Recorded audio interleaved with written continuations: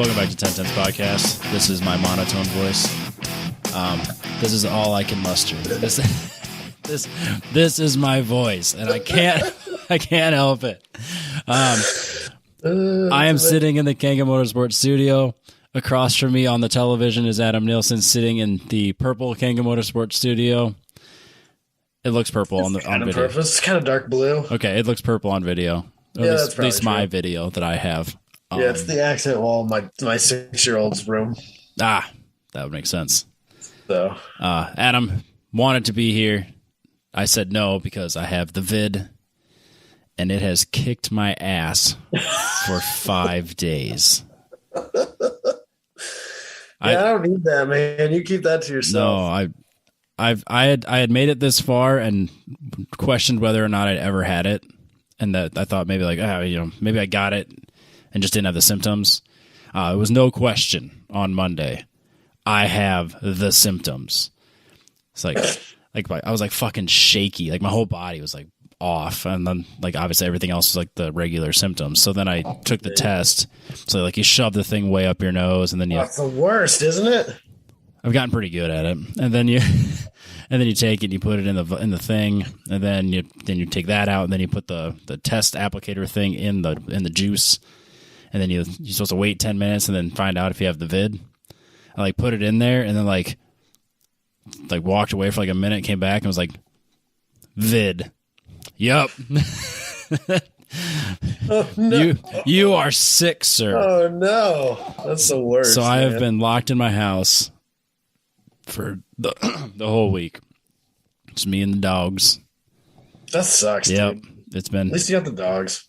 Yep, I was convinced I gave the dogs the vid. I thought Yancey was sick. Apparently, I think you can. I'm sure I can, or that Yancey has it because like he acted really sick all week too. Yeah, not like enough that I was concerned, but you could tell he was off.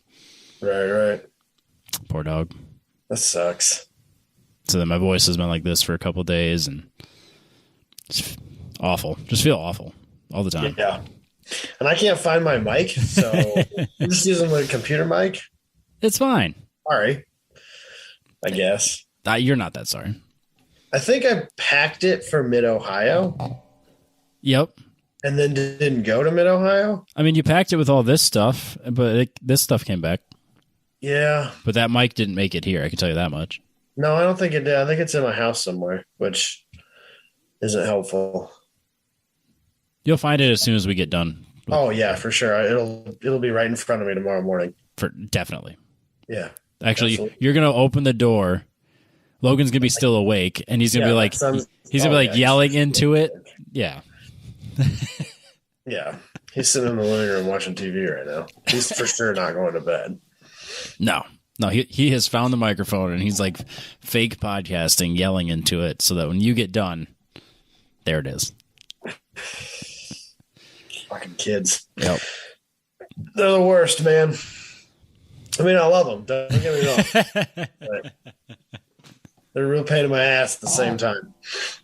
So I believe you. You don't have to convince me. You can borrow one if you want. No, I don't want to give him the vid. Have kid will loan. No. I don't want to get him sick. I'd feel bad. My kids are chill. Everyone tells me. Actually, they are. Yeah. Every time I've been around them at things like events or when they've been here, I'll even give you the super chill. one that sleeps through the night. He'll have to sleep with you, but he'll sleep through the night. Yancey will have none of that. Nah, Yancey will love it. So, what are we going to talk about, Robbie? I've done some things. You've done things. I have done nothing. I've done a few things, yes. I have a couple of closing Alpine thoughts. Sure. And then we can talk about my adventures drag racing and how I'm fucking done with this road racing shit. and then that's a show. Short show. Yeah, totally. I assume you have like rebuttals to James. I listened to it, but I don't really remember a lot of what I don't know. Okay. I just have a couple of things I wanted to talk about. Sure. And then me trying to die the whole time. So I did not have the vid. You did not. So you didn't get it from me. No, because it would have been at least a week delay. Yeah. And Katie got whatever I had. and she tested negative. Yep.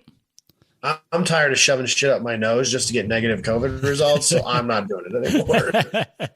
Because I've tested probably 5 or 6 times, and they've all come back negative. So I'm like, I'm done with this shit. But Friday I got an hour of sleep before I had to get back up and go to the airport. So that was charming. That's a great way to stay healthy. Yeah. So I think that's a lot of what it is that I was just physically drained and exhausted. But flying to events sucks. Really? Because that seems to be the opposite of what everyone else says. They would much rather just fly and arrive and drive, or arrive and event. So I'm known for being unprepared. Yes. And always not bringing everything I needed. Yes. But when you fly, you physically can't. Yep. Dude, I own like 7 sleeping bags now. Don't you just leave them in Dalton's trailer? Well, because I didn't know what Dalton was going to do this year. I took everything out of the trailer at Road America, and this is the first event I've been to that I stayed in the stacker. Oh, yeah. Because at Festival, I slept in Josh's truck camper. Okay. And then I haven't been to any the rest of the events that I've gone to, Dalton didn't go to. So this is the first event that I went to that I slept in the stacker. I did not realize that. And so none of my stuff was in said stacker. And I had kind of intended on bringing a few things to your house and just toss them in your truck. Yep. But work was like, nah, dude, you don't have time for that. So I didn't get a chance to. So what'd you forget? Well, it's not that I forgot. It's like, so I didn't have an air mattress or a sleeping bag or any of that stuff, a pillow, any of that stuff in the stacker or in your truck. So when I got there, I had to go and get said things. And so we get there, and of course, I was kind of hoping that James would be able to swing by a Walmart on our way there, but he had to get back right now. Yep. Because he needed to get back and do his instruction thing. And so we didn't have time to stop anywhere. I didn't even get to stop to eat. And so when I get there, then I had to find a vehicle that I could borrow to take it to the Walmart in, I think, Pueblo. Yeah. Isn't that what's south of there? Yeah, I think so. I think it's Pueblo, yeah. So that was harder than you'd think. Yeah, you had to wait till Sam got there. Right. So the way that the paddock is set up there, everybody basically noses their trucks into each other. So once you're parked, you don't leave. You can't get your truck out. Yeah, no, I was like, I pulled in and Dalton pulled in behind me, and I wasn't leaving. Right.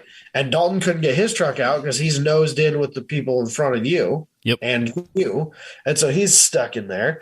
And then pretty much everybody else that I knew there this weekend was in the same situation where their tow rigs were stuck, and all my friends have stupid cars that aren't street legal. Yep. So I had no way to get to Walmart. And so all I wanted to do was go to bed. Like literally I could have gotten to Alpine and just crashed, but I had to wait until Sam showed up so that I could steal her truck and then run to the Walmart and I bought a cot, which cost me a lot more money than I was anticipating, but I didn't feel like dealing with it, and a sleeping bag. And I vastly underestimated how cold it was going to be that weekend. And so on Saturday evening, I had to go back to Walmart and buy another fucking sleeping bag because otherwise I was going to freeze to death. I didn't realize you bought a second one. Yes. Did you even need it? Because I thought Dalton bought one of those ice fishing heater buddies. He bought a fairly small one. Oh, it didn't heat up the trailer as good? That's designed to heat up like an ice shack. And if it wasn't going to heat up the trailer enough, and I was sick. Yep. So I was extra cold. It just no, I hear you. No, Saturday. And I found a sleeping bag that was good down to 35 degrees or something like that in the clearance rack. So I bought that. Oh, perfect. But Friday night when I went there to buy, originally I was just going to buy an air mattress, but the air mattresses that they had there, the cheap one was gone because grid life. Yep. And I was like, the more expensive ones are like $30 or $40 for even the small one. Oh. And I was like, well, the cot can't be that much more, right? Like a cot's probably $30 or $40. And it was where it had a price tag for a cooler. And I could not for the life of me find the price tag for the cot on any of the shelving. So I was like, how bad can it be? But that Walmart fucking closes. I didn't even know that Walmart still did that. Oh, yeah. I thought they were 24 hours. Yeah. I remember during Walmart, COVID, they closed. That Walmart closes at 11 o'clock. Oh. And I was in there at like 10:40 while you were at the Loves taking a shower. A free shower. Yeah. That was weird. And so I'm like sprinting through this place just trying to get the things that I absolutely needed. And so I pull up to the self-checkout and I scan the cot, and it's $65, which is well more than I had intended on spending. Yep. But at that point, I'm kind of stuck with it because the store is closing in 10 minutes and I got to get out of here.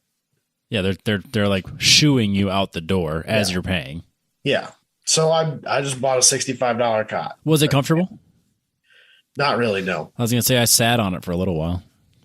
It was too stiff. Oh. It had no forgiveness to it. It felt like sleeping on a board. Like it was only marginally better than sleeping on the floor, honestly. That's too bad. Yeah. So, and then Saturday night, it was raining and cold and shitty. Yep. And so we ran back to the Walmart, and Dalton bought a heater, and I bought that low temperature sleeping bag. Mm-hmm. That's like a mummy one. Oh, I got one of those. And so it's like real tight fitting, and like your head goes inside of it, which I wasn't really super into, but I was warm as fuck. It was amazing. I slept for 12 hours both nights that I was there. Jeez. I do. I remember that now, actually. Yeah, I slept for 12 hours both nights. Everyone was up and about and doing things, and you were out for a while.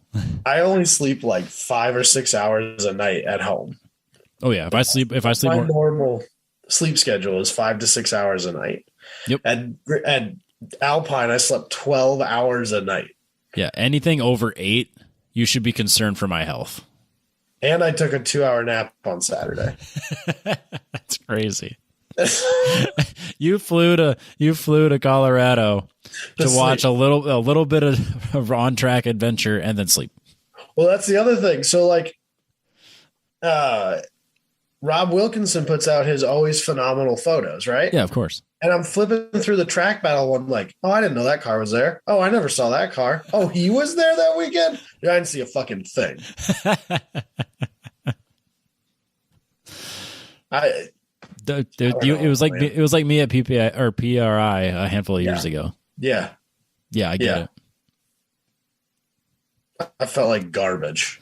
It was obvious that you were not at 100% and that you could have just stayed home. The whole thing, because like Kyle needed help on the live stream, and he had asked me like, "Hey man, can you jump in with the time attack stuff?" Absolutely, I'd love to.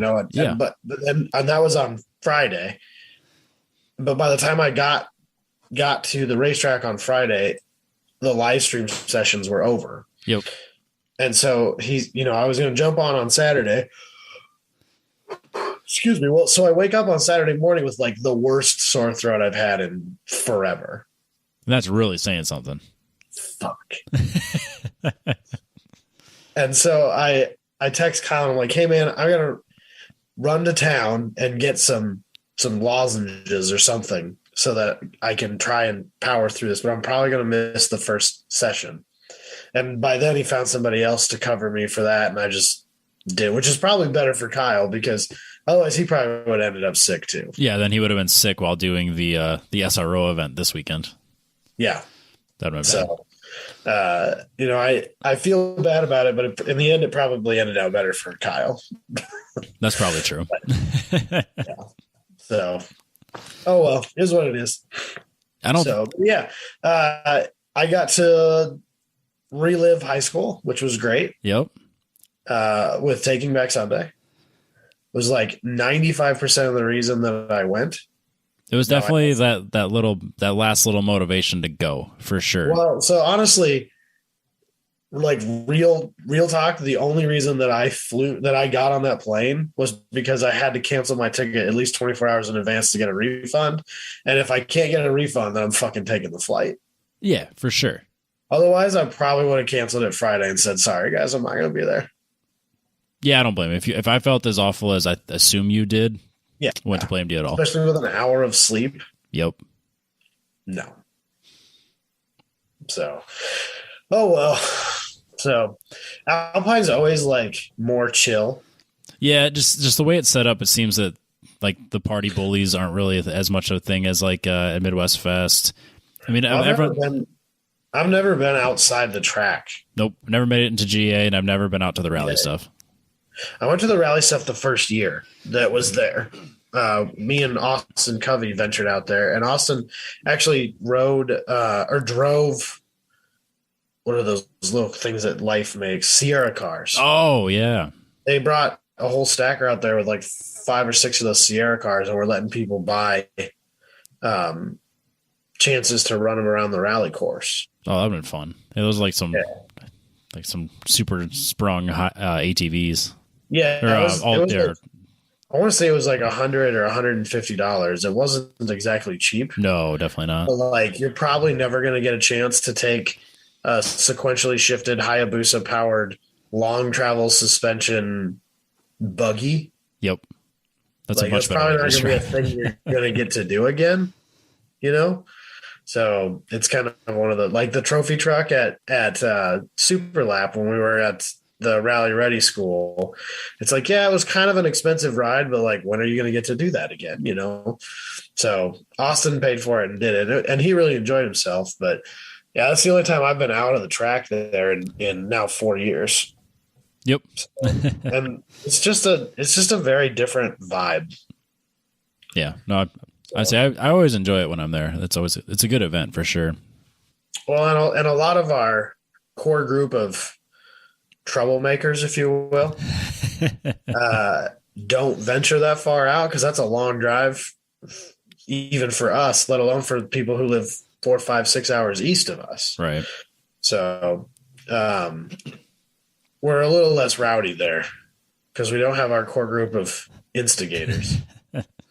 Yep. And then when the weather was kind of crappy, I just wanted to crawl into the nest that was my bed inside my trailer and just be away from everybody. Yeah. Saw Taking Back Sunday and then was like, okay, well, these hand warmers aren't doing it. I'm out. Yeah. So the only kind of funny story I got from the whole weekend, see, it would have been, what was the first race on Saturday? Was that race 3? Yeah. Race 3? Yep. It was like, so they did the top 10 shootout, then they did race 3 and then race 4. Yeah. So race 3, I was like, as you guys were in the pit lanes and staging to get ready to start, I was kind of hanging out by Josh and Ryan at the dyno, and I saw JB, our buddy Jeremy Boyson, driving back with his new Porsche, back to his trailer pit area. And I was like, oh, that seems weird. I swear that the race is about to start. And so I kind of ran over there to see what he was doing. And I come around the corner and he's over there like running around his car in his full suit, like torquing his lugs on his wheels. And so I sprint over there and I like tapped him on the shoulder and I like, give me that thing. And I took it away from him. And so I'm like, get back in your car. I'll finish this. And so I went around the world on the rest of the wheels and torqued it in. Then I helped him buckle in so that he could get back out there. He was able to get out before, I don't know if he made it like back in line or if he just like rolled out with you guys but he made it. He managed to take green flag with the rest of the pack. Yes, he did. By the skin of his teeth, frankly. Yeah, because that was the race I had to start in the back because I missed race 2 dealing with all the wiring shit. Yeah. So then all of a sudden he pulls up behind me as we're getting ready to like go green flag. I'm like, all right, well, I'm just going to follow him. Yeah. I think you were supposed, if I remember right, you're supposed to start like 11 or 12 out of, was it, 25 to 30 cars? It was like 20. I was number 24. So, yeah, 24 cars. So he was supposed to start 11 or 12. Yep. And he managed to finish the race in the position he was supposed to start. Oh, nice. So he felt like that was all things considered, that's not a bad situation. Can't really complain about that too much. Yeah. So I went back over there after the race and I was like, he's like, yeah, dude, I'm sitting in the pit lane and I'm like, I can't remember torquing him. I don't think I did it. And he's like, it's not, this is the first race that he's had that car in after rebuilding it from a crash and testing at Road America last year. And so, which was like 2 or 3 weeks before the Road America event that we went to for Grid Life. Yep. And so he's like, I'm not going to crash this car just because I forgot to tighten down wheel or lug nuts. So he made the right choice. He did. I commend him for making that decision because I think there's probably some people who are like, send it.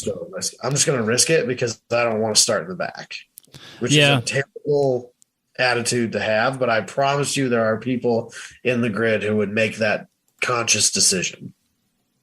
Yeah, there are more than just one, I would assume. But yeah, he said that he actually had.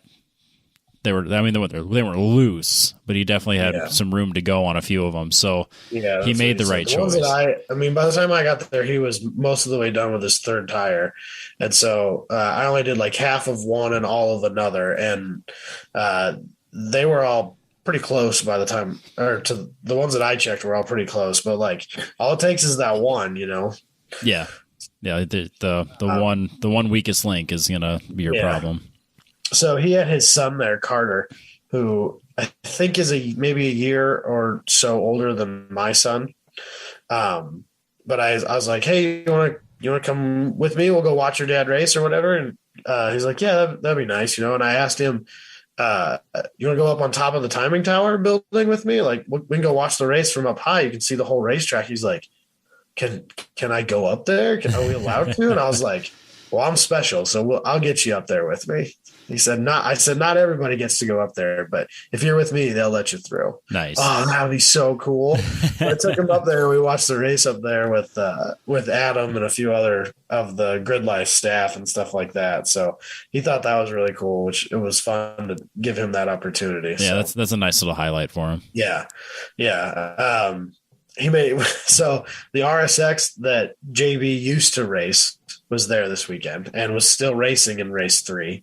And when he got close to it, that was like all that Carter was like, he can't finish behind the old car. He has to pass that car. He was like very worried about the fact that car cannot be faster than the new one. That's all that mattered to him. It was very funny to me. That's a fair point. Yeah. So, but yeah, that was a fun little chance to give him an opportunity to watch the race from there, because from the top of the timing tower there, you can see literally everything except the very last corner coming onto the front straight. You can't see that because of the stage. Oh, right. The music stage blocks your view for that very last corner before you come back out onto the oval. So, but you can see literally everything else. Yeah, that'd be a good place to be. So yeah, and you're up high. So it was a really good place to watch the race for sure. So, but yeah, Alpine, man. Yeah, it's a trip. Yeah. It just needs to be a drift festival. It will be, I think, moving forward. That's what it needs to be done with everything else. Just be a big old drift party. It's a very good drift track. It's not as good of a everything else. Excuse me, track. It races really well. I think it races shockingly well. For a Roval, it's shockingly good. Yeah. Like I can't explain it, but for whatever reason, I actually enjoy it. Well, we watched, me and Dalton and Sam watched race 4, the wet race. Yep. From the top of the carousel corner on the infield. Okay. I don't know my corner numbers there. I'll be like 1, 2. Is the corner at the bottom? Or so when you're coming into the infield, is that one turn or two? So the bank is 1, And then like the bank is only one. It's not one. It's not and two? NASCAR. It's not NASCAR. It's one turn. So Oh, the really? bank So is one. That's one. Okay. And then where it kind of like comes in off of the back straight into the infield, that's two. Okay. And then the first hairpin. Down that kind of long straightaway, and then there's that 180-degree corner on the other end, closest to the paddock. That's four. That's four. Yeah, so like the first hairpin is three, and then he goes back towards the paddock. That's a hairpin. Basically, that's a four. Okay, that's where we were. We were standing at the top of that corner, watching the race. Yeah. And Dalton and I were watching Race Hero because I couldn't get the stream to load because festival things, right? So we were watching Race Hero because I could get that to update at least, and we're seeing you knocking people down and passing people pretty consistently. Yep. And like I see like there's at least two or three of the people in front of you that are a solid 1 to 2 seconds a lap slower than you. And like all you have to do is get the opportunity to pass them and you're going to walk away from them. Yep. And I'm like, oh, he needs a radio. God damn. Like if I could just tell him these things, like that would be such useful information. Yep. So we got to fix that, Robbie. Oh, I have radios on I have a list of things to buy in the off season, things to fix, things to upgrade. Like obviously I'm not going to do all the body work before Heartland, but right. Yeah. But like I have some radios picked out and some stuff to kind of basically make it so that it's totally ready to do the Grid Life Endurance series. If I don't care if we even did if I ever do it, radios would work better for the endurance series thing than what Scott Robertson does, where they have the Bluetooth earpiece and he just calls Becky. But right. I mean that works well for the sprint format. But I think you're going to want radios for the endurance thing. Yeah, for sure. You don't want to be on a call for 3 hours at a call time. for 3 straight hours. Right.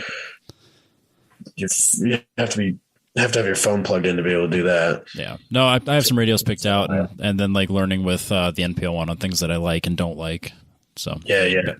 So I don't know if I'll pull the trigger on that until I actually do an endurance event with it, but I do have plans for if I do go that route. Pro tip on miking your helmets.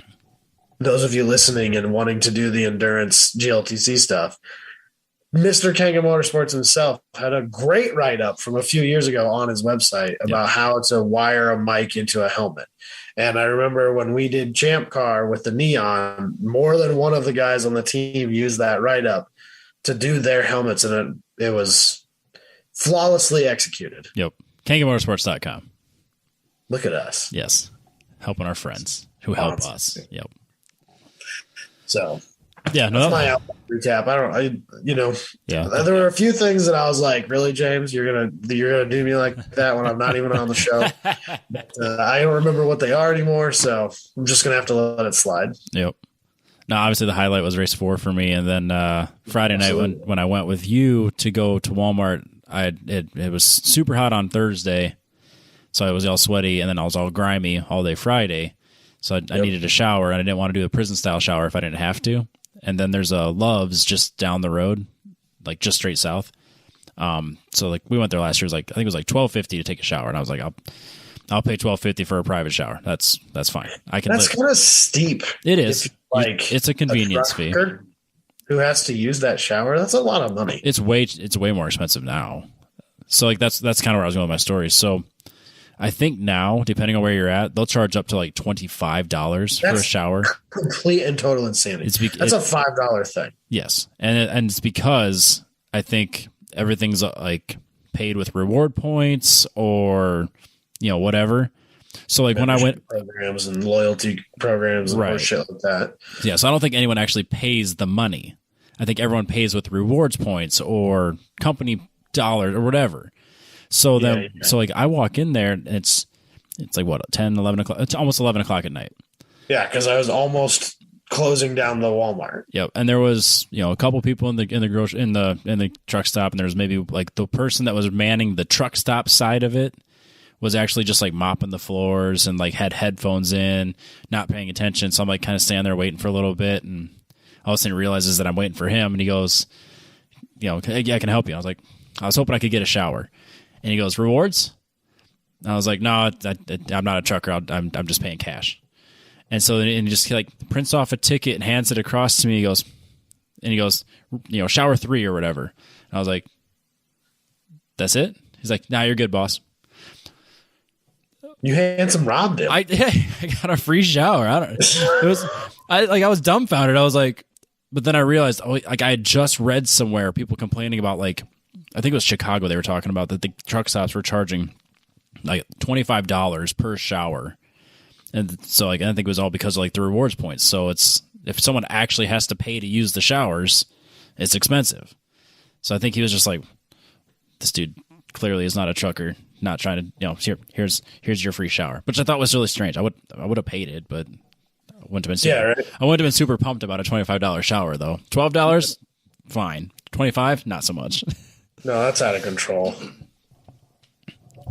So yeah, so that was another highlight, was that I got a free shower, I guess. I can't remember if I told the story last week or not. I don't think I did. I don't think so. So yeah, that's really all I got for Alpine. So, but last weekend, I went with my dad. Yes. To the great state of Kansas. Maybe great's a strong word. At least it's not Nebraska. So you and I we're going to hash this out. you and I kind of talked about this as we were driving home. Yeah. From Alpine. I get that, like, the plains of Nebraska are not as picturesque. They're not background picturesque as like the Rocky Mountains, but the kind of like open expanse nothingness isn't like the worst thing in the world either. No, I kind of enjoy it. It's my jam. Because it's not there? People. Yeah. That's the best part. That's the best part about Utah. That's the best part about parts of Colorado. That's the best part about parts of Nebraska. So it's where the people eat. We were in Great Bend, Kansas, which I'm looking at this here real quick. That looks like about middle of the state of Kansas. Like plop dead center. Yeah, pretty close to it. And the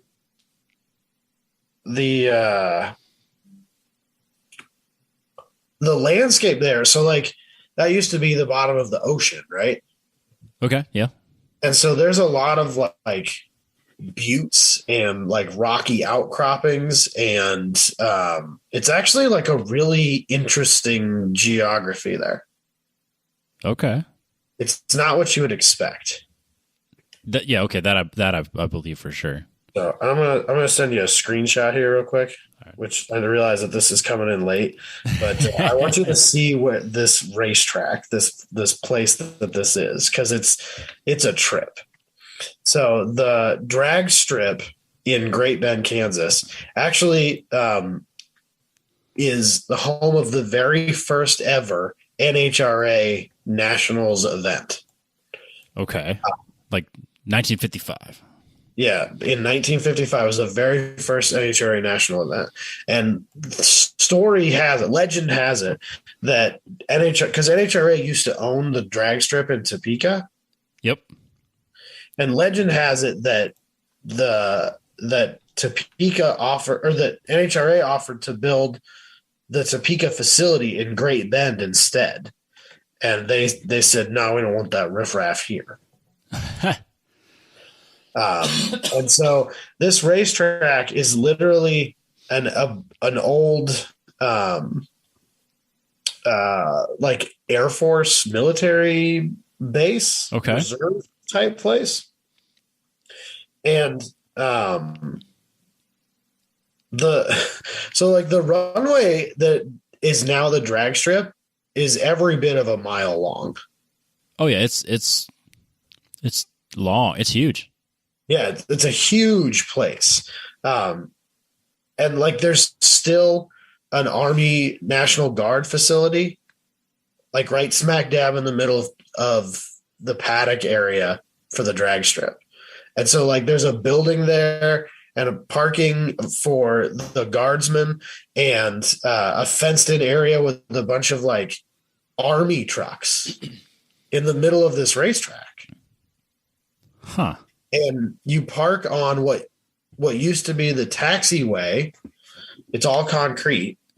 You park on what used to be the taxiway area for the military base. And then like just around the corner, the same driveway you use to come in the racetrack, you can also use to get to the municipal airport there for Great Bend.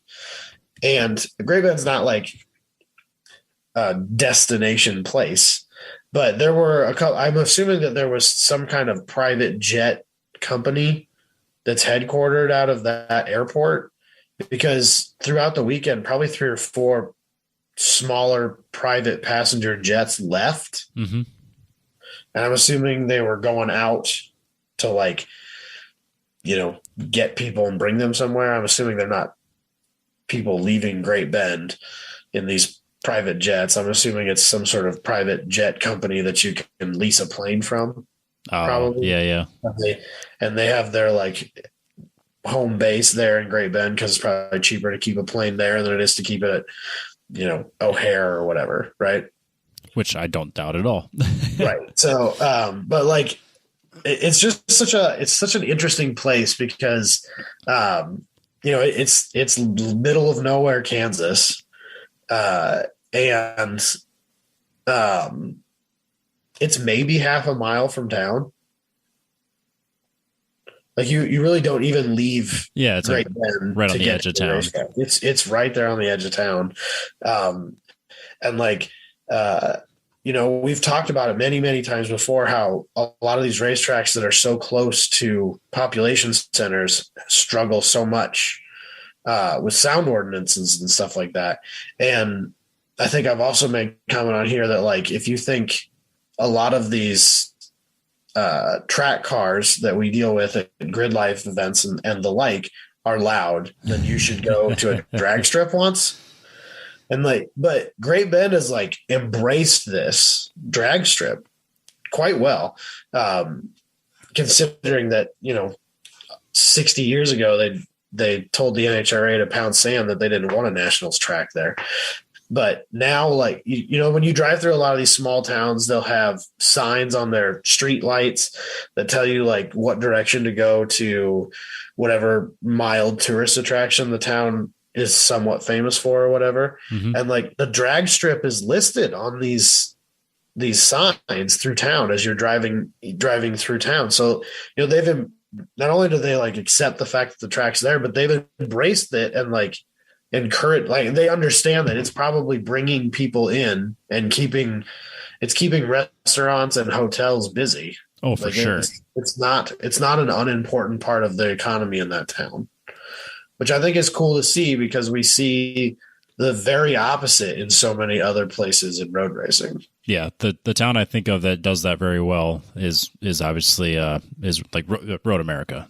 Everything around it is Road America. Right. That town is Elkhart Lake has absolutely embraced the racetrack. Yes, they understand that brings people and that keeps these businesses open. Yep. Every restaurant, every hotel, every gas station has some sort of racing theme. Yeah. References the track. I mean, that's how you keep that track. We didn't see that level of dedication.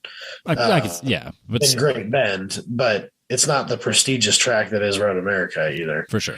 But I don't think they bring in 10, 20, 50,000 person crowds to IMSA weekends and IndyCar weekends and in Great Bend. But like, there were probably 300 or 400 people at this event that I went to this weekend. And like, that's not an insignificant amount of people for a small town like Great Bend. No, I mean, that's a good turnout. If they can do that every weekend, 6 or 8 months out of the year, that's an important part of their economy. For sure. So anyway, the event that we went to, this was like, I think the 33rd running of what they now call the Pontiac Uprising. It used to be called the Indian Uprising, but that's a little faux pas now. So it's the Pontiac Uprising. It is an all Pontiac. Wait. It was the Indian Uprising and it wasn't a motorcycle thing? Well, so Pontiac used to, like, they had the chieftain, uh, like, I don't remember what year it was that they changed, but the Pontiac emblem used to be an Indian chief head. Oh. And then sometime in probably the late 50s or early 60s, it changed to that arrowhead that everybody knows, but it was still kind of based in Indian folklore. Yeah, Native American stuff. Okay. And so I did not know that. Yeah, and some of the really old Pontiacs had names based around stuff like there was a star chief and a chieftain and stuff like that. You make history fun, Adam. I said you make history fun. I honestly didn't know that. Yeah, sure. So yeah, Pontiac has always been kind of an Indian, Native American themed company there for a long time. So this event, it's kind of funny. My parents actually were very involved in the first, like, probably 4 or 5 years of this event. 33 years ago. Yep. Because my dad has always been ride or die Pontiac, right? Oh yeah. And so it was actually one of my dad's friends who suggested this event to the car club that they were a part of. And there were a bunch of people that were very against the whole idea because there's always that. So they used to be a part of a Pontiac car club, right? And of course, you're always going to have your purists who think that people turning precious Pontiac cars into race cars is absurd, ridiculous, and wasteful. Yeah, sacrilege. And so, of course, not only were they not for that event because of that, like they're like, oh, we don't need more of this, right? And so, but the first year, like, kicked off and just apparently did really, really well. Like, and this was, like I said, 33 years ago. So, they managed to even get people from, like, Illinois, as far away as Illinois and stuff like that, which is kind of crazy when you think about it, because, like, Facebook events and stuff like that didn't exist 33 years ago. So, like, being able to get the word out for a very first time you've ever held an event. Yeah, that would have been posted in, like, Pontiac magazine, like, months in advance. There's a magazine called POCI magazine, which is Pontiac Owners Club International. Mm-hmm. And they put out a magazine every month, and they ran an ad in that magazine leading up to the event. So, but yeah, I probably went to this event 8 or 10 years in the first, like, I was literally at the first one as a 2-year-old kid. And I probably went to the first 5 or 10 of these as a small child growing up. And then when we moved farther away from Kansas, we kind of stopped going to it. And then my dad sold the drag car, and, that whole story. Yep. And so, but my dad still kind of kept in touch with a lot of his old Pontiac buddies because he's never really left the Pontiac circles. And so when he bought the Tempest back, like, this was the very first thing that we thought, like, oh, we need to go back to Great Bend. Like, that's the thing we're going to have to do. And so I was really looking forward to going to this event, like, and returning to it 25 years later. Having, never been there, or having not been there for so long, and kind of seeing most of the people that we were probably expecting to see, I wouldn't remember, because when I saw them last, I was 8 years old or whatever, but I was really looking forward to seeing the reaction that people were going to have to us being there, and that car being back with us, and having the opportunity to share that story with people. Yeah. Because I like that kind of stuff. That's the kind of stuff that I love about the car world is that, the story behind the car more so than the car itself. So, It's just a 1-day event. It's just on Saturday. That's it. Okay. But they have a test and tune day on Friday. So we went down there and did the test and tune. This is a full 1/4 mile length track, which my dad has not had the car on since we bought it back, or since he bought it back.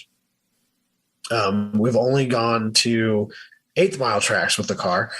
And so he wasn't, I mean, we had a pretty good idea that of how fast it should be based on its 1/8 mile times and what the previous owner had told my dad he's ran with it.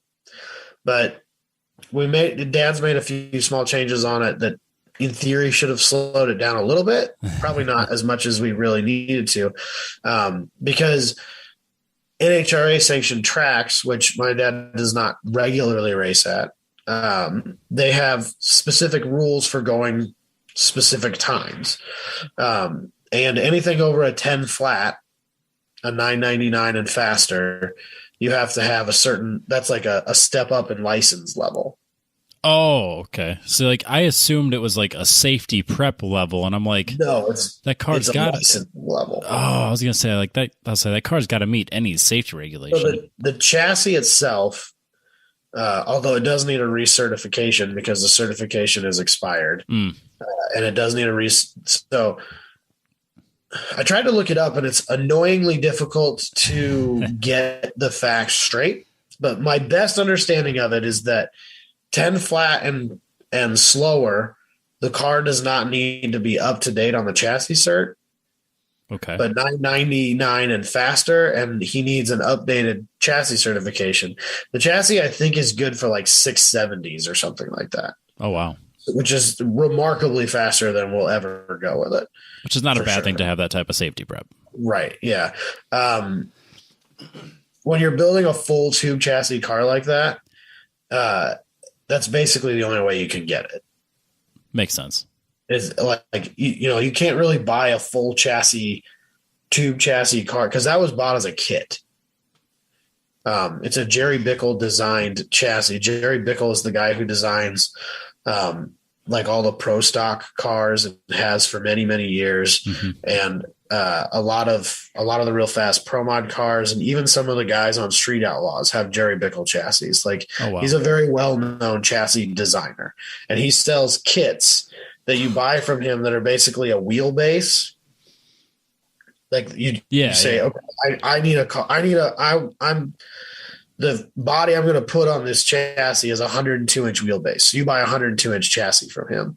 And, like, you can't get a 10-second rated chassis from him. That's just not a thing. Yeah, they're all as like good as it gets. 70 or faster.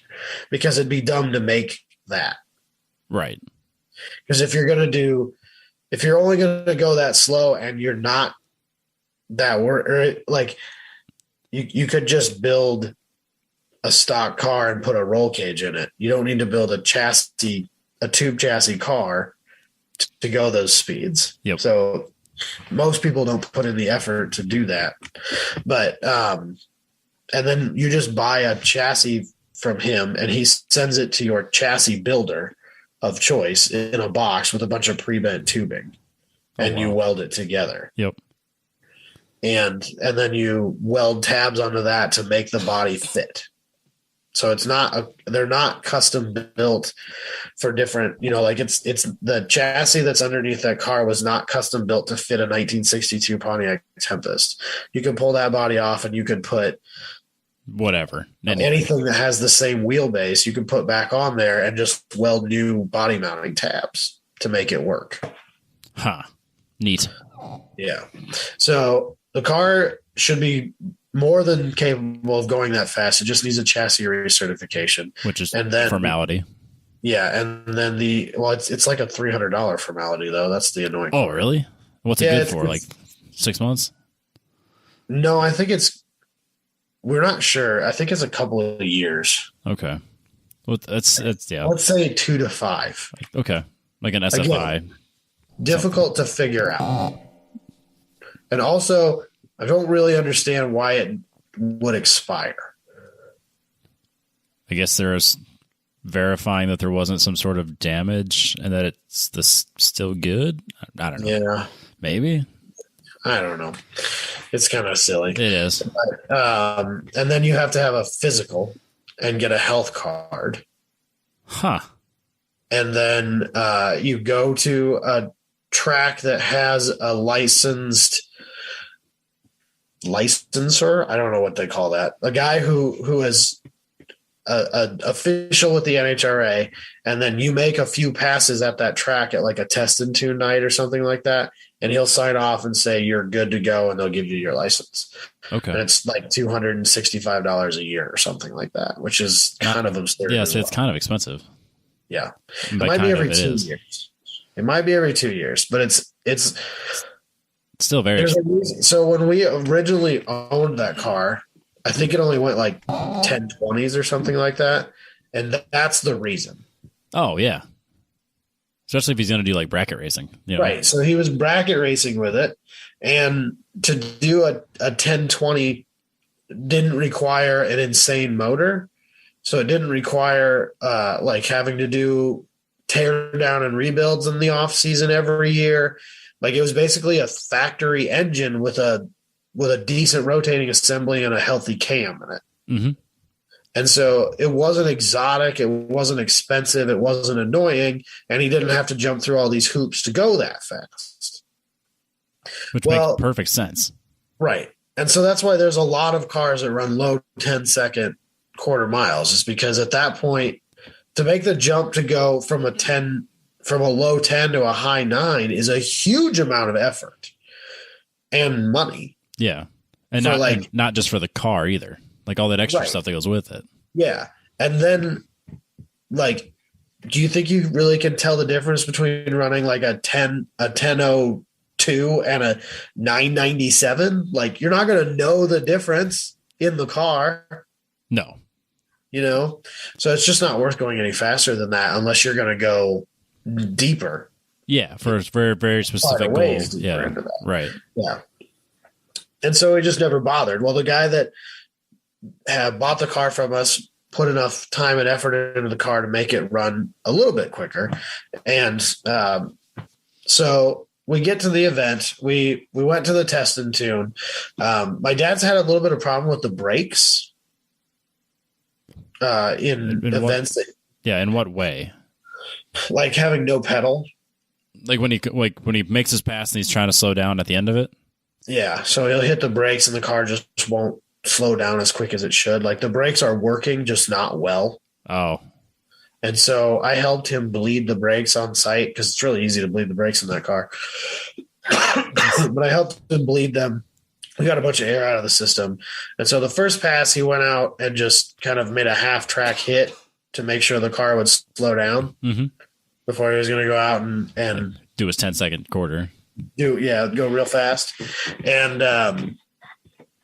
then the second run, he went out there and he's like, I'm gonna go for it. Like the first pass, he left off the foot brake, not off the trans brake. Yep.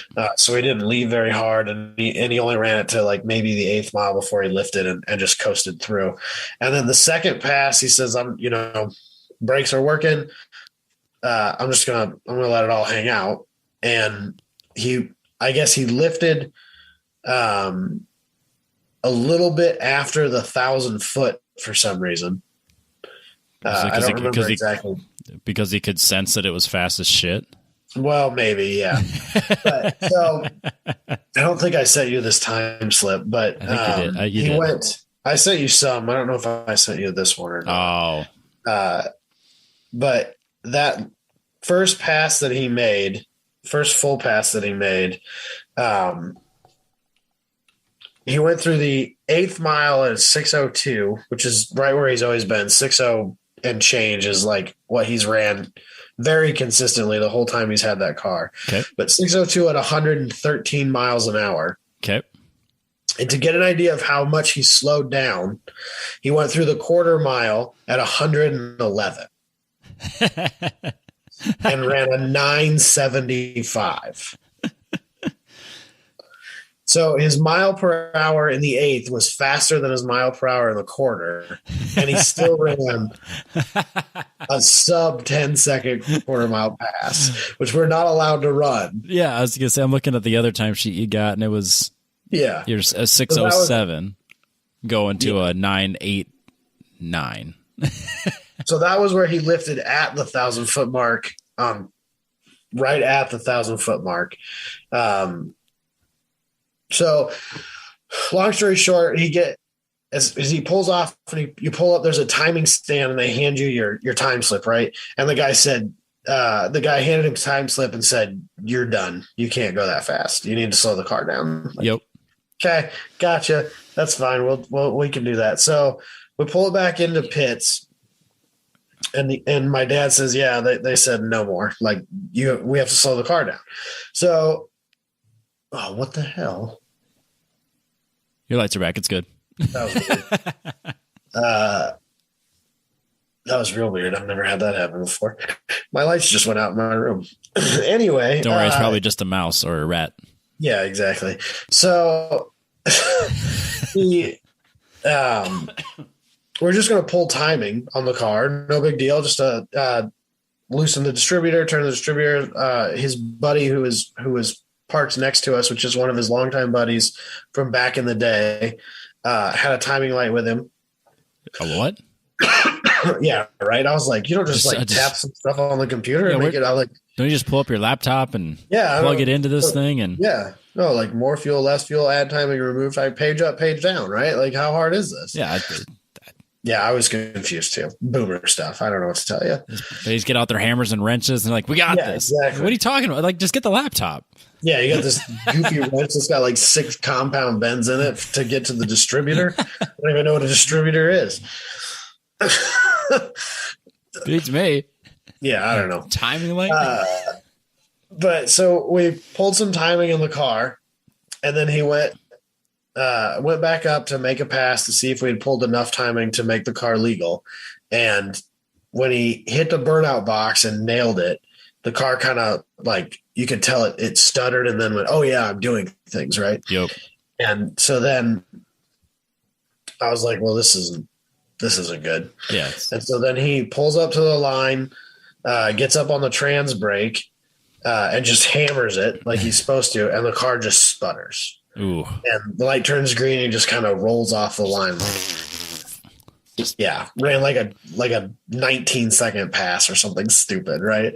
Didn't even get the time slip. The staging line guys were giving a shit like, "Well, we said slow it down, but we didn't mean that much." Yeah, I know.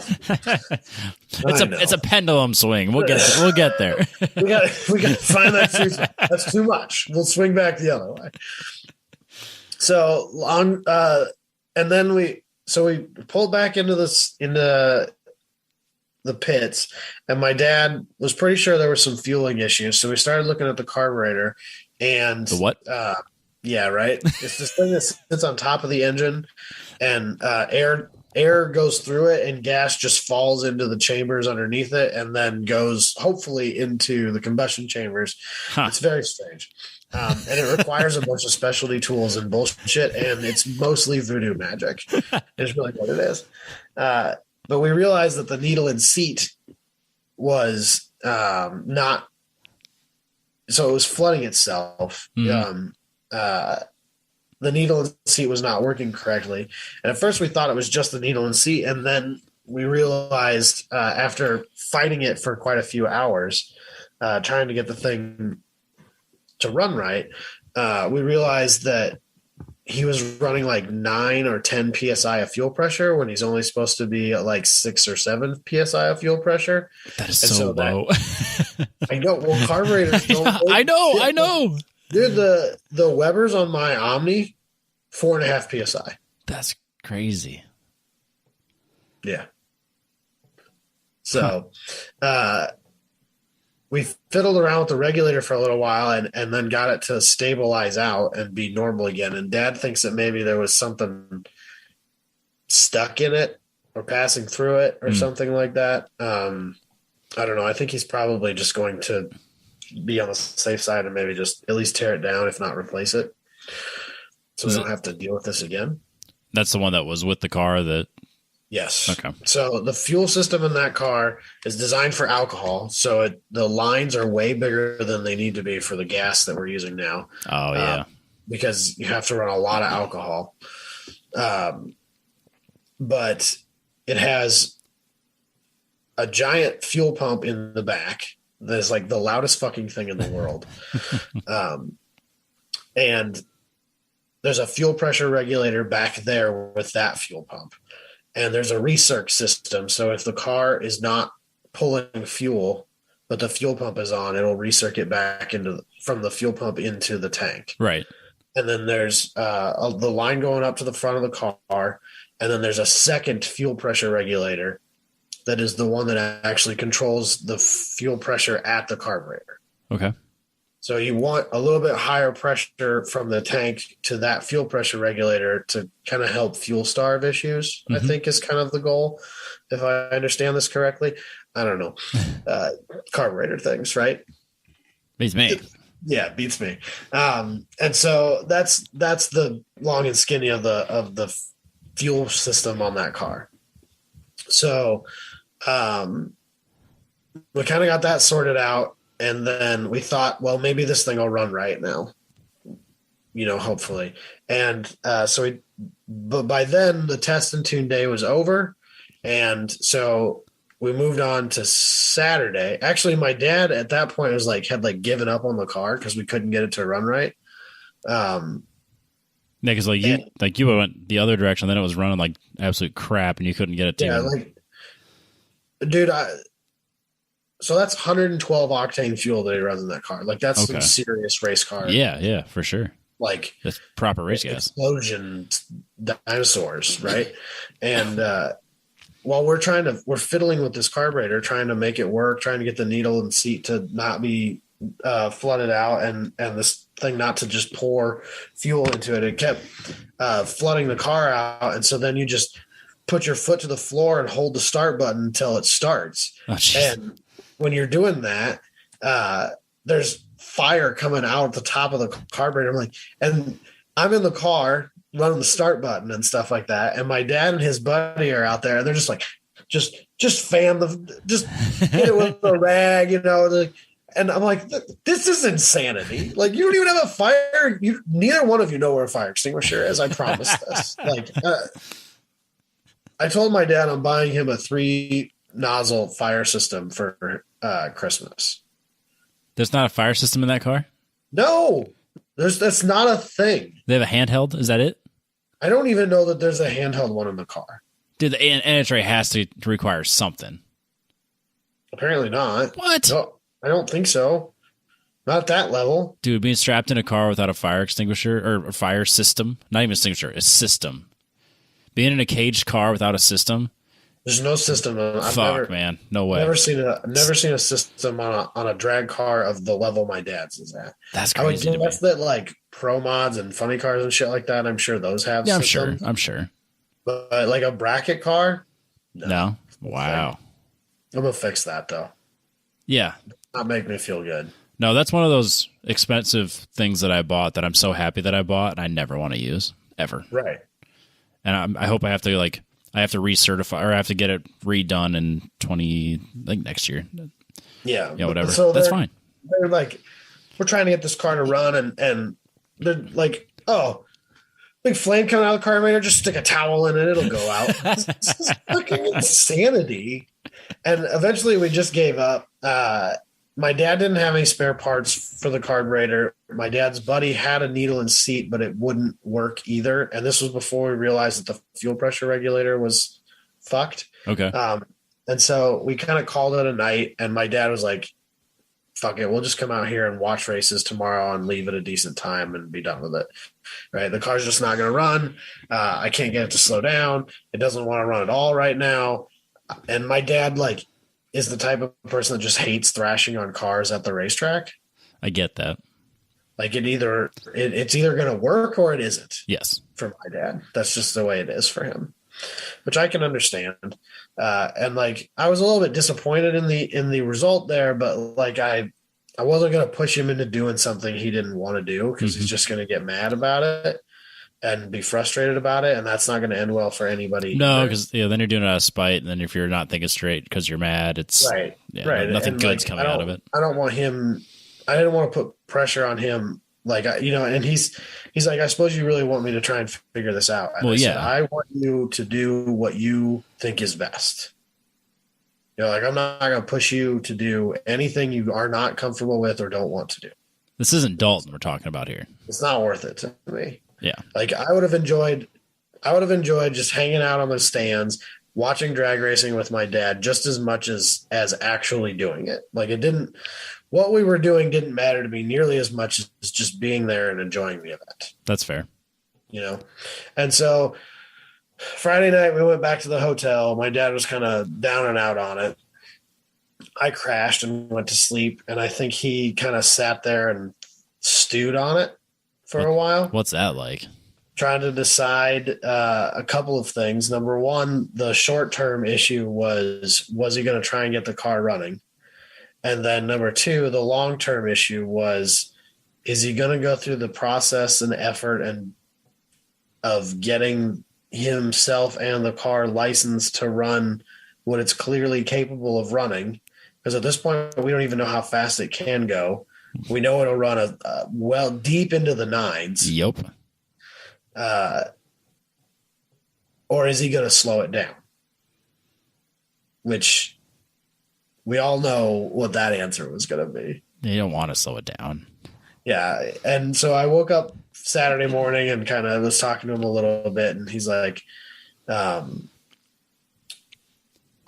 his buddy Paul, who's a Pontiac guy from way back in the day when we used to live in Kansas, and my dad sold parts to him, and they've raced together for almost 40 years type thing, he says, Paul found somebody else who had a needle and seat that is the right one that I need. He said, let's go back to the track and let's see if that'll fix the car or not. And all right, sounds great, And then he said, I've been thinking about it, and I think I'm just going to go through the process and get this thing licensed because I just can't bring myself to slow it down. Respect. Yeah. So Saturday morning we went out there. That was when we realized that the fuel pressure regulator was borked. Okay. So we pulled the carburetor off the car and tore it apart and checked everything over and made sure the float didn't have a hole in it and wasn't filling with fuel or anything like that. And then we realized the fuel pressure regulator was the issue. We fixed that. We went up for our first time trials Saturday morning and went to launch the car, and it gets a little ways out and then it just kind of fell on its face and then built back up again. And we realized that pulling all that timing out of it didn't, the car just won't run right. Yeah. The time. It needs all that timing advance that it had. And so we put the timing all back into it the way it was, and we adjusted the throttle plate or the throttle linkage so that it would only open the carburetor 75% of the way. Okay. Thinking we'll see how much that slows us down here. He said, because he'd been kicking himself for lifting when he ran the 970 the day before. Yeah. He was worried that now he wasn't going to get a chance to see how fast the car could go. And he was kind of I wish I would have just stayed in it. Yeah. Then you know what you're working with. I think probably easier to work back from. Well, no, so even if we wouldn't have been able to get the car running again, at least we know how fast it is. Yeah. Just so he knows. Right. But I would still say that now all we have is a hypothetical. Yeah, that's what I'm saying. I think if he had kept his foot in it, now when you're trying to do all this, all right, I need to pull it back this much. Right. But at least then you know what you're pulling it back from. Even if we would have said, so say he went out there, he makes a full pass and it runs a 940 or a 950, right? And they're right. And we're we're not going to be able to slow it down. We'll just put it back on the trailer. But at least we know. Yeah, for sure. And so at least we can brag about it, right? And so he goes out there and he says, if the car runs right with the timing, I'm just going to stay in it the whole way out, take it all the way out the back end of the track and see what happens. And I'm like, all right, Sounds good. Yeah, let her rip. And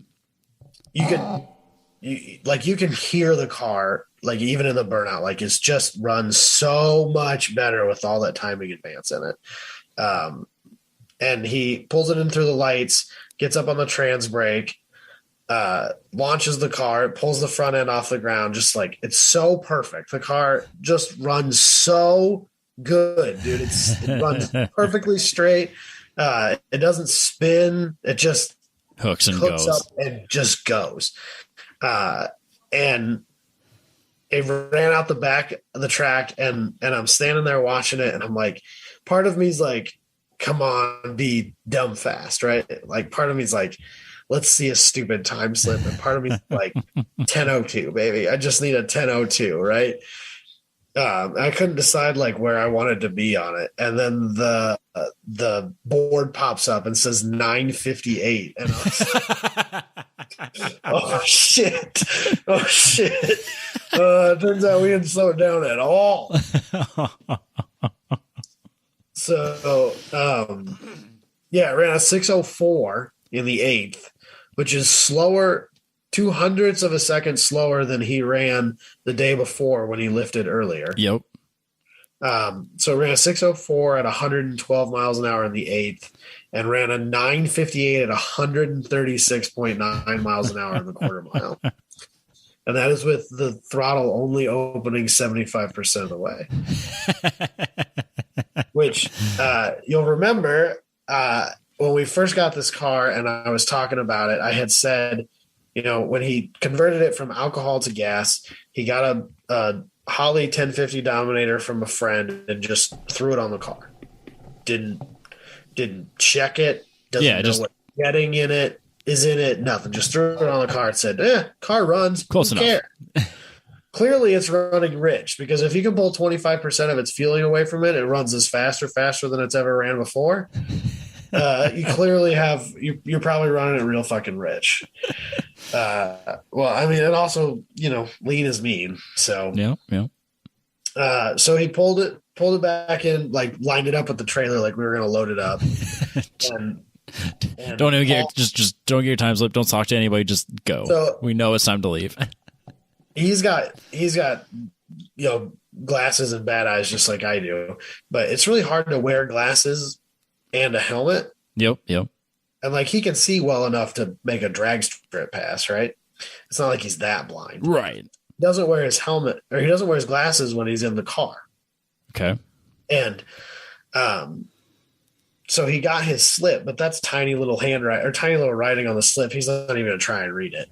So he pulls back into pits, and I'm like pumped, right? Just like can barely even contain myself.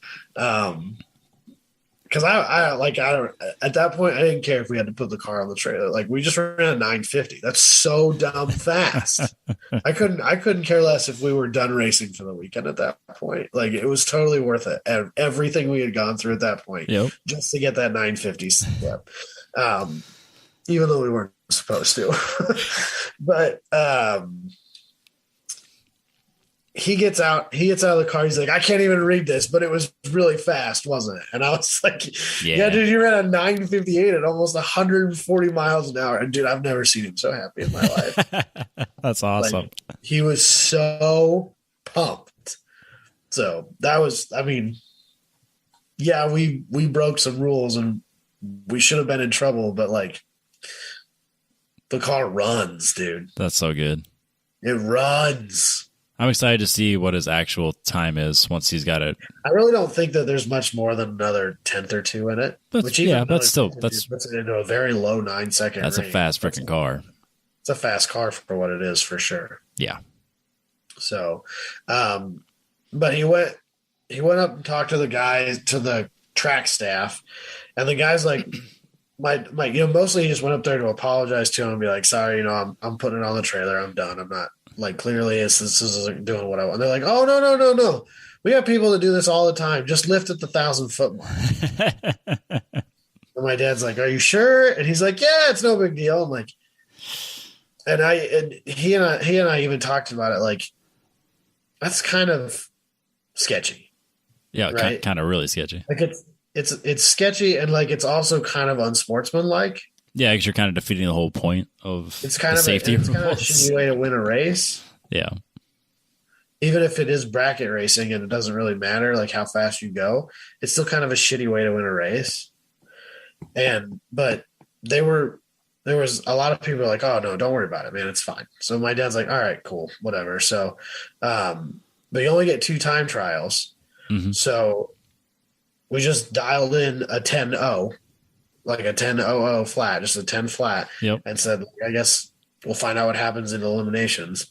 And he lifted right at the 1,000-foot mark, and that was the other slip I sent you. He ran a 989 at 118 miles an hour, lifting at the 8th. So, yeah, that didn't work. No. It went too fast. So that was the end of our racing for that weekend. So, but the guy who had parked next to us, Paul, who had helped us through the whole weekend, super helpful guy. He's been racing the car that he has for like 30 years. What's he got? It's a black G-body Grand Prix. Okay. Should be one of the very last pictures I sent you. Yep. But like he knows that car in and out, up and down, top to bottom, right? Because he's been racing it in basically the same configuration it sits in today for over Decades. 30 years. Yeah. Right. And so like they have the classing. I don't know exactly what all the classes is because I didn't look at it, but the class that my dad ran in was AFX is what they called it. And then he ran no electronics, which means no delay box, no stutter box. You can still have a trans brake because that's not considered electronics. Okay. But they had a no electronics and a full electronics class. And Paul, he drives that car like a real man. Yeah, no nannies, no analog, or no. So he has no electronics in the car, no delay box, no starter box. But not only that, but he foot brakes it. He doesn't even have a trans brake in it. Nice. He drives that car off the foot brake, which is kind of insane. But he double entered the car in AFX no electronics and AFX electronics because they'll let you race the electronics class with no electronics. You just can't race the no electronics class with electronics. Which makes perfect sense. But like if you want to handicap yourself and race in the potentially harder to win class, that's fine. That's up to you. They're going to take your entry fee. That doesn't, no skin off their nose. So Paul entered both classes because he just wants to race, and it's like $60 or $80 to enter. Jeez, that's expensive, Adam. My dad was actually bitching about how much money it was. I was like, no, it's not. Like, it's so cheap. That's so cheap. I know. What I would do for $60 a weekend. Well, yeah, but if you think about it, track time and all that worst stuff. Case scenario, you make 2 time trial passes and 1 eliminations round and you're done. Best case scenario, you ran 3 or 4 elimination rounds and you're done. That's the end of the weekend. That's the end of the day. Yeah. So it is kind of expensive when you think about how much time you actually spend on the track versus, but I mean, yeah, it is what it is. For sure. I mean, it's the same thing with that's a special event. So the entry fees are a little bit higher. Like when he goes to the track in Osborne down the street from his house, I think it's $35 or $40 a night. Yeah, that's not bad. It's really not. Yeah, it's cheap. But Paul entered both classes, and I think he got knocked out in the second round of eliminations in the no electronics class, but managed to go on and win the electronics class with a car that not only didn't have electronics, but didn't even have a trans brake. That's crazy. It's like that was really, really cool that he was able to pull that off. It's kind of a deal. Good for him. So yeah, I was really impressed by it. It was really cool to see him pull that off. And the guy that he raced in the final round came over there and was like giving him, the good natured, like, what the fuck, man? Like, you can't come in here and win the electronics class and a no electronics car with a foot brake. Like, that's just absurd. Yep. Like, this is bullshit is what this is. Give him the good natured. I mean, it was all in jest. It was fine. Yeah. But a couple of cars that were notable. So one of the most famous Pontiac drag racers of all time, his name is Arnie the Farmer Beswick. Okay. He gets invited to that event every year. He's got like an orange GTO with tiger stripes on it. Yep. The Tameless Tiger is what it's called. The Tameless Tiger, yeah. It's like probably the most famous Pontiac powered drag car of all time. Okay. And Arnie's like just a legend in the Pontiac circles. And he's like 89 years old or something like that. So they won't let him make a pass in the car. But he brings it there every year. I think they pay him like an appearance fee. But Friday night after the time trial, or after the test and tune was over, they had a big catered barbecue meal. Nice. And then Arnie like gave a speech basically. Okay. Where he kind of went over his racing career in the 60s and 70s and racing with and for Pontiac. And because he's 90 years old, it's a little bit monotone and hard to I would imagine sit through. But there was some interesting stuff in it. He's a fascinating person who's done a lot of really cool stuff. He's just very old. Yeah. So, but that was cool to see his car. Like, that's a car I remember kind of as a small child, like recognizing and I don't know about idolizing. I wasn't that into it, but like, he's Arnie Beswick. Like, that's kind of significant in the drag racing world. There were a shockingly large number of 61 to 63 Pontiac Tempests, which is the same generation body style as my dad's. Yep. Back when we built that car, I was about the only one. And this weekend there was two of them in the car show. One of them was a red convertible that was almost exactly like the one that my dad and I had restored when I was in high school, and then I never finished.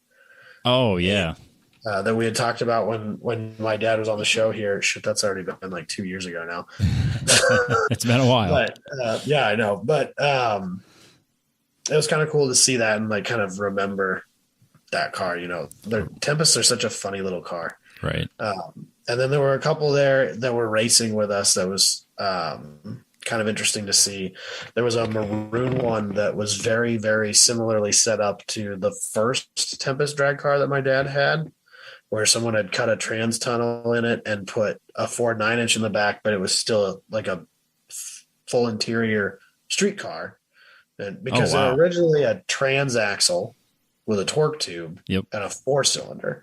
And so you got to cut a trans tunnel in it and put a real rear end in it if you want to put a big motor in it. So it's kind of cool to see because it was kind of old schooly.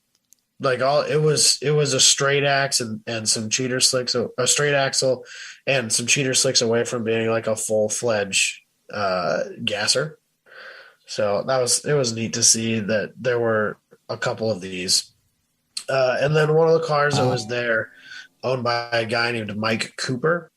And it is the fastest Pontiac powered door car in the world. He's the fourth fastest Pontiac powered car, period. Oh, good grief. But the fastest one is a dragster. And 2 and 3 on the list are funny cars. So this is a full-fledged Pro Mod car. That's a red one with the... Yeah, the red one that's got no front end on it. Yeah. In the picture. Such a wild build. Yeah, so it's a full-fledged pro mod car, like carbon fiber. There's no Pontiac there. Um, but he's one of the main guys that puts on this event, and him and my dad have known each other for years. I mean, I wouldn't say that they're friends, but they're acquaintances well enough that Mike knew him. Yep. By name. So his fastest pass he's ever made in that car was a 634 at 216 miles an hour. Whoa. Which is real dumb fast. Whoa, that's fast. Yeah. So, the fastest Pontiac powered car ever. It was a dragster, like a rear engined dragster. Mm-hmm. It was Jeff Kaufman. Kaufman is a Pontiac motor builder. Like the heads on my dad's car are aftermarket heads built by Kaufman. Okay. Their own castings and stuff like that. That's what they do. There's a company. He owns a company that just builds high performance Pontiac parts. But he went 583 at 244 miles an hour. That's the fastest Pontiac powered thing in the world. And then the next two are funny cars, and then Mike Cooper. Wow. So, Mike's car, what's staggering. So when you get a time slip Yep. from a drag strip, you get a reaction time, which is how long went between the time the green light went on and the time you actually left. And then there's a 60-foot time, which the lower that number is, like the better that car gained traction and put power on the ground and, went forward. And my dad's car does a shockingly good job at really low 60-foot times. His are in like the 1.3 second range, yep, which is really, really fast for what it is. And then you get a 330-foot, an eighth mile with a mile per hour, 1,000-foot, and then a quarter mile and a mile per hour. On Mike Cooper's record run, his 60-foot was a 0.97. Oh.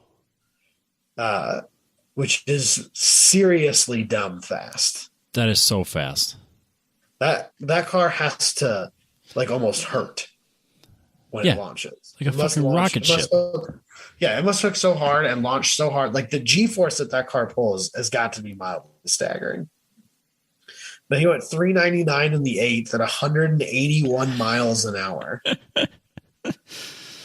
Oh my It's so fast. It's crazy. But it was cool. He was only able to make one pass this weekend that we were there. And so they have one of the classes they have is a fast 4 class. It's the 4 fastest cars there. Okay. And obviously he's kind of a shoe-in for it. But he made a time trial pass, got about to half track, and then blew the transmission up. Oh, shoot. And I assume that's not like just some transmission. I assume it's a Lenco, which we've talked about in the past. They're the ones that have a lever for each gear. Yep. They're the most badass things. I fucking love Lencos. Lencos are real man shit when it comes to drag racing. It's just the coolest stuff. But yeah, he blew that transmission up, and so we only got to see half of one pass out of him that weekend. Oh shoot. Which is kind of a bum deal. But when I was looking that car over, he's got some stickers on the dash, and one of them says "Stupid Hurts," and it's a Band-Aid. It's just there on his carbon fiber dash. I just thought it was kind of funny to look at. So hey, it happens. I need one of those for the door on my car. So Mike Cooper is like 70. Okay. Ish. So he's like retired, and then this is what he does. But like, what the fuck? There goes your lights again. No, they're back. It's cool. What's going on? I don't know what's going on. That's unnerving, to say the least. Anyway, your internet's still working, so I appreciate that. Well, so I don't know. There's something wrong with this light in my son's room. Yep. You have all 3 bulbs threaded in. They pulse. Oh, weird. And so I was messing with it before we started recording because I was trying to get that to stop. because it gives me a headache, and I would imagine it looks really weird on the screen. And I figured out if I twist one bulb out so it's not lit up, then it stopped pulsing. Okay. And so now I think that maybe there's something like more than that. Yeah. Because I can see the living room lights didn't go out. Well, that's good. It's not your whole house. Right. So I don't know. Doesn't matter. But I just think it's crazy that this Mike Cooper, he's in his 70s and he's out there driving a 6-second drag car. That's the dream, Adam. And that's the retirement plan. My dad went up and talked to him and asked him, like, oh, what happened? He said, oh yeah, I lost third gear in the trans. And he said, we'll put it in the trailer and take it home. And tomorrow I already called Lenco. Tomorrow I'll pull it out of the car and we'll ship it to him because I got a race next weekend. I like it. I like it a lot. That's fucking dedication, man. Love it. So yeah, but I don't know. It was a good time. I don't think it was a record-setting attendance by any means. There were some people there that my dad was hoping to see that didn't make it for one reason or another. But it was a good time. It's a fun event, and I kind of part of me enjoys the focused event like that where it's just Pontiacs. Yeah. But also part of me is like, that's also kind of lame because you're missing out on a lot of other cool stuff that could be there. When it's at least it's a brand, so it's Pontiacs, right? But it's not Firebirds. Yeah, the Mustang meat. Yeah, like that gets really repetitive.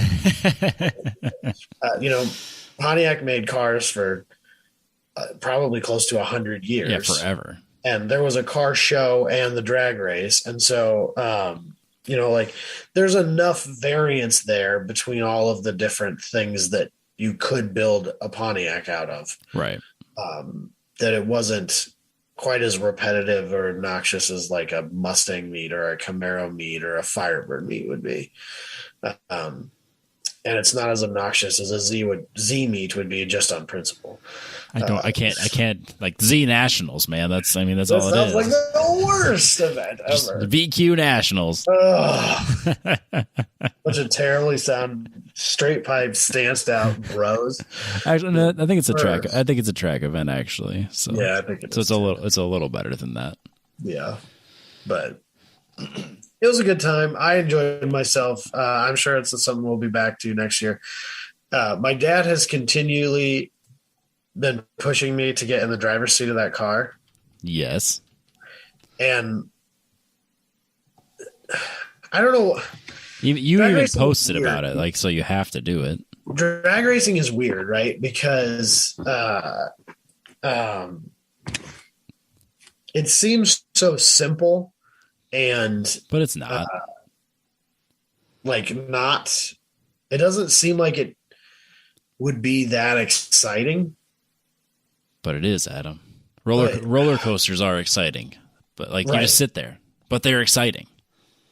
Drag racing is so much more than that. So road racing is kind of interesting because the adrenaline rush is stretched out. But I think there's something to be said about that quick hit and then it's over. Yeah. And then you get to the point where I need that again. And I feel like it almost, the need for it again hits harder because it's so short. It's a high rise, high fall. Right. Instead of you hit a peak and then you kind of stay there for a while and then come down from it. Mm-hmm. It just slaps you across the face and then drops you. Just as fast as it picked you up, it just drops you on the ground. And then you're like, yeah, I got to do that again.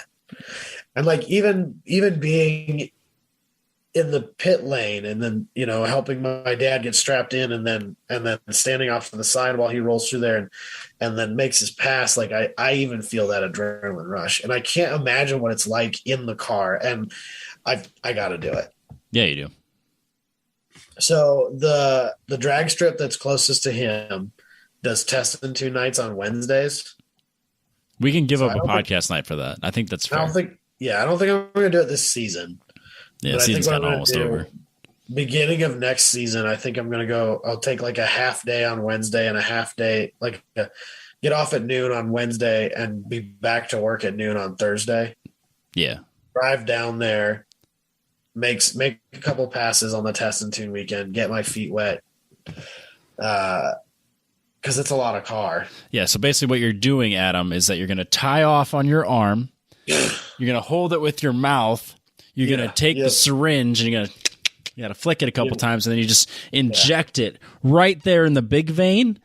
Just want to make sure we're doing this heroin right, just so we're clear. Oh yeah, don't forget you got to undo the thing before you put the needle or before you release the drugs. Otherwise, it hurts. Yeah. Did I ever tell you that I had my blood drawn one time and they forgot to undo the strap? It just sat there forever. She's like, "Are you still?" I was like, I'm pretty sure this is supposed to come off, right? Because this fucking hurts. She's like, "Oh yeah." I sat there for like a half hour. Like no blood was they just trickled out because the tourniquet was tied. I didn't know that was a thing. Oh, it hurt forever. But anyways, when you're doing your heroin, Adam, that is your drag racing.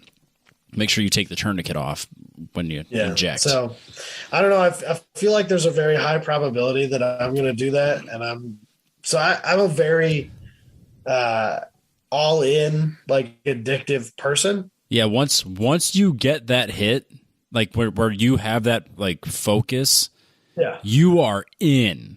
Yeah, that's the way I am with things. Because I mean, that's how you were like with autocross and the Omni. Like you were 100% in. Or like skating. Skating was literally the only thing that existed in my life. Yes. Not girls, not really cars. Nope. Nothing. Like it was skating. Yeah. For like almost 10 years. Yes. And like when I was a really little kid, like I started getting into Legos. I'm like, Legos were my fucking thing. I played with Legos all day, every day. And then like in middle school, it was Star Wars. And like my whole world revolved around Star Wars. Yeah. And like, that's just the way I am. So I have a feeling that like, if this hits me as hard as I'm afraid it might, there's no question, Adam, that it's, am I ever going to go to another Grid Life again? Maybe fucking not. I don't know. I might just say, screw this stuff. You'll still go just because of the social aspect. Yeah. But I could go to the drag strip instead. If you have your own car, well, I mean, you can make it to the Grid Life Topeka because they're doing drag racing. Yeah, I know. So you could do both there. Yeah. So what you're saying is the Tempest could be at Grid Life, and then Adam could drive it, and everybody wins. Right? I mean, right? If that's how. I mean, the Tempest could be ready. The Tempest has two weeks, right? To get ready? Oh no! I'm definitely not driving it there. Oh come on, it'll be fun. No, all of your friends standing on the side cheering you on because that's an NHRA certified track. I have to have a license to make the pass in that car. Yeah, but you wouldn't be. This is getting your feet wet. You wouldn't be putting the nines down. You'd be putting. Yeah, that's what's going to happen. Everyone knows that you'll be. First one or two passes, but then the second pass, I'm going to take that bitch all the way out the back end. Robbie. When was the last time you did a trans brake start? That's the thing. I need one or two passes. That's what I'm saying. Like by the time you get your feet wet, then they'll realize, oh shit, he's too fast, and it's too late. The thing's over. That's what I've been trying to tell my dad, because like the thing is, so nines is very fast. Don't get me wrong. Yes, but I feel like there's probably a handful of cars that could go that fast at a Grid Life event on any given weekend. Probably. Yeah, I feel like Jackie Dink's car can probably run a 9.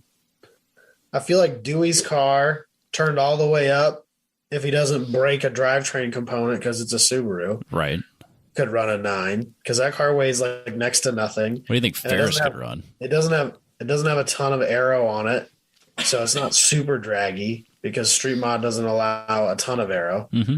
I don't think if Ferris comes, like obviously that car could run a 9. I don't know if he'll be there or not, but like obviously that car can run a 9. But I feel like there's a handful of cars that go to Grid Life that are they doing faster than they're allowed to. Are they doing the full quarter? I would assume so. So, but my dad said that like they might look the other way for those cars because they do have safety equipment and they're just like this is a one-off thing. Right. But like, if you show up with a tube chassis dedicated drag car, like clearly you know better and you did it anyway. And they might frown on that, is what my dad has talked himself into believing. Nah. He's because I've tried to talk him into showing up. This is an exhibition, Adam. Yeah, that's what I tried to tell him. This is an exhibition. That's what I tried to tell him. He's not having it, though. The entire Grid Life community, including all of our thousands of fans, will be so disappointed if that Tempest isn't at Grid Life. That's what I'm saying, Robbie. I'm trying to talk him into it. Is Rayner on the consortium? Yes. No, don't call my dad out. He's not going to enjoy that. I'm just saying. There's a lot of people that want to see him. I'm just saying. I think he'll be there. They want to see him in his Adam's dad shirt, and they want to see him running the Tempest on the Drake Strip. I know. I really want the Tempest that would make for a complete weekend. That's where nobody wants an incomplete weekend. Dusty's coming up all the way from Texas. Dalton's coming all the way from Sheldon. Right. James is coming all the way from Chicago. And he's bringing my 350Z door that he's picking up for me. So it's just a complete weekend. It'll be Matt Williams will be there doing karaoke. All these guys are coming in from everywhere. It's literally all of the people you've listed may not be there. But for the complete weekend, which would include your father. I agree, Robbie. It's the last event of the year. We should all not arguing with you. Yeah, we all want to go out and bang. It's not the last event of the year. It's the last event of the year that really matters for us. And okay, it's not even true at all. I'm not going to pit race. I'm not going to pit race. I'm going to Sebring. Yeah, you'll be in Sebring. I'm not going to Sebring either. Actually, I think it's the weekend before, but I'm definitely not doing both. Obviously, I'm not going to Sebring either. Sorry. No, I need you. We need Adam in order for Sebring to be complete. We just start this whole conversation over. I mean, at this point, I would say,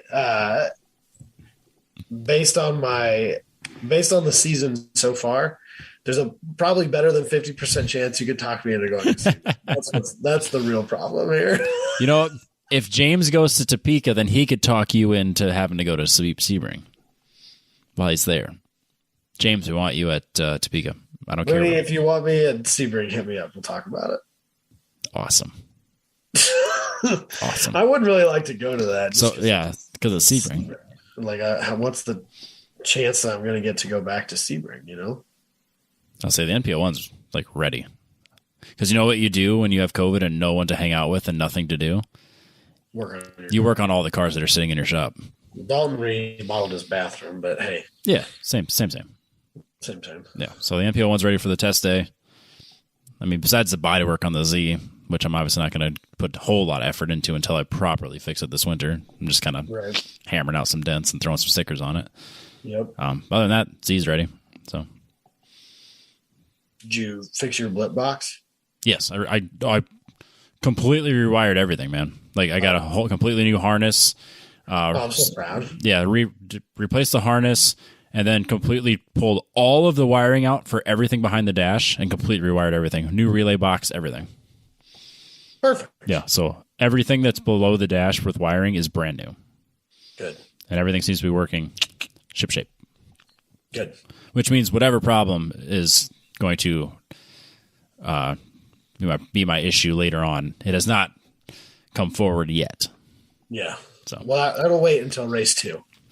That sounds about right. No, yeah, it'll make it going to happen during practice or quality. No, practice and qualifying will be great. Whatever happens will be You'll do really good on race 1, and then you'll DNF race 2. Just like it's that highs and lows thing again, Robin. Yeah. It's going to tighten that tourniquet real tight, and then it ain't going to take it off. Yeah, it would be something like that. I don't know. I don't know. It was a lot of grounds got cleaned up and replaced, and a lot of wiring got replaced and thrown away, and so I mean, I'm happy with where it's at now. So we'll see. Cool. Yeah. So Other than that, I don't have a whole lot to say about my stuff. Fuck it, Robbie. Let's go drag racing. No, we're going endurance racing. Drag racing. No. I want that long, sustained. No way, dude. You want it to come hard and fast. No. I want that feeling of I just raced for 3 hours straight. And I just want like. That sounds exhausting. It was amazing. It was the best. Sounds exhausting. We're racing in the rain. Dude, that was so good. That movie is free now. That was so good. Netflix. What's that? That movie's free now, I think, on Netflix. Oh, it's a pretty good movie. Better book. Less to do with racing than they imply. I know, but Katie wants to watch it. She'll enjoy it. Has she not seen it yet? No, we haven't watched it. Oh, yeah, watch it. It hasn't been available for free anywhere, and I don't like renting movies. I don't blame you. And I don't think it's a movie I'm going to like enough to own. No, it didn't get the budget it deserved in order to like make it good or great, I guess. I mean, it's good. But yeah, I mean, it's really not a racing really movie. Likes her, too. What's that? Katie really likes the actress. Amanda Seyfried. Yeah, she's a good actress. Yeah. No, I thought they did a very good job. It's obviously more of a dog movie and more of like it's actually really sad. Like the whole movie's sad. Yeah, so I'm happy and a cat person, so it's probably not going to be my movie. It's a good book, good story, pretty good movie. Yeah. So I've only watched it a couple times. So should we shut it down? Yeah, I want to remind everyone before we head out that Rev Match Racing is doing a Midwest track tour at the end of the month here in October. So I guess next month. So basically what happens is they start at, let's see, what day would that be? The 21st. Friday the 21st of October, they'll be in South Haven, Michigan. And then they'll do a track day there.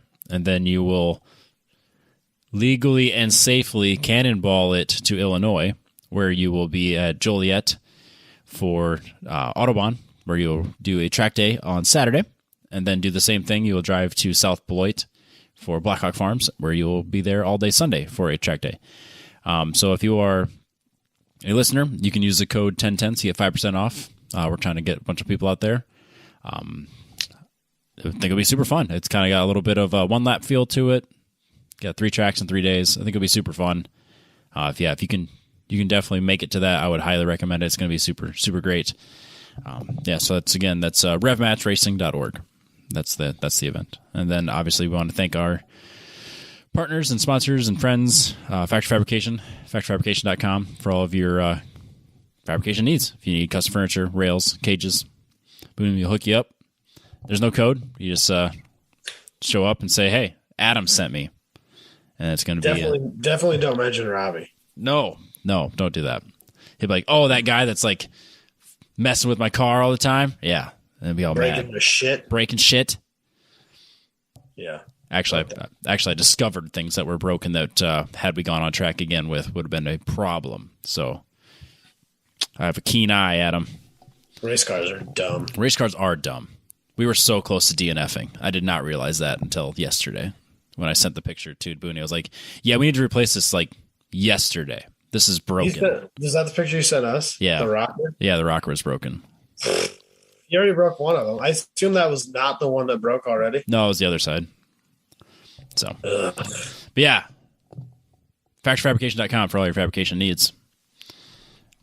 And then also fabricate some rocker arms, Robbie.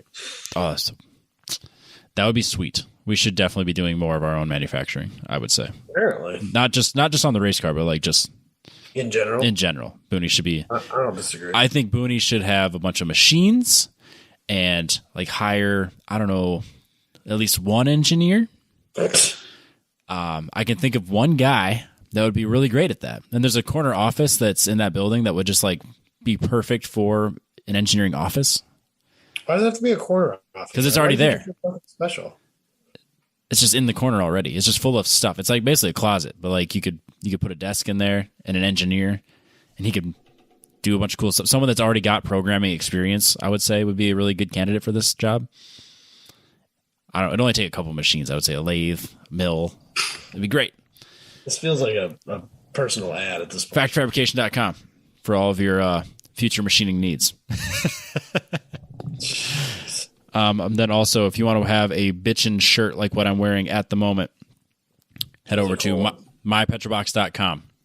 This showed up in my box 2 days ago. Not yesterday, 2 days ago.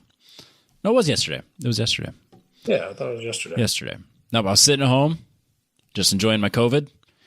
And then the only human interaction I've had in probably 3 days besides through the computer was the mail lady showing up to my house, freaking my dogs out, and delivering my Petrobox.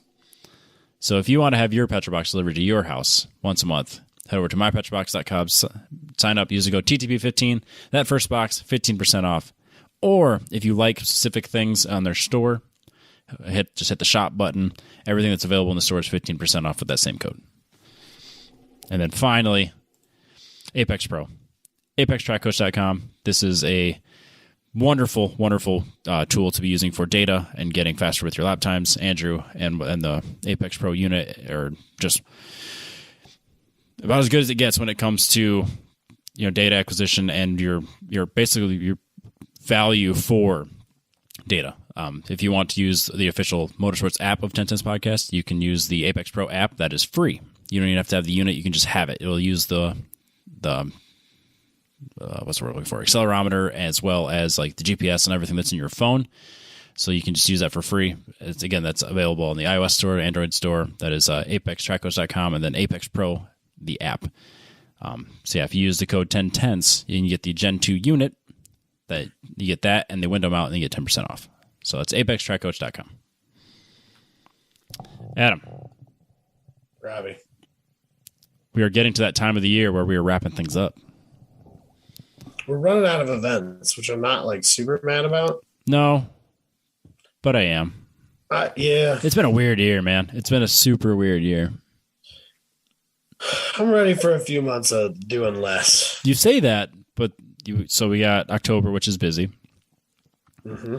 And then I think November slows down. Pretty quiet. Unless you go to SEMA. Then you got PRI.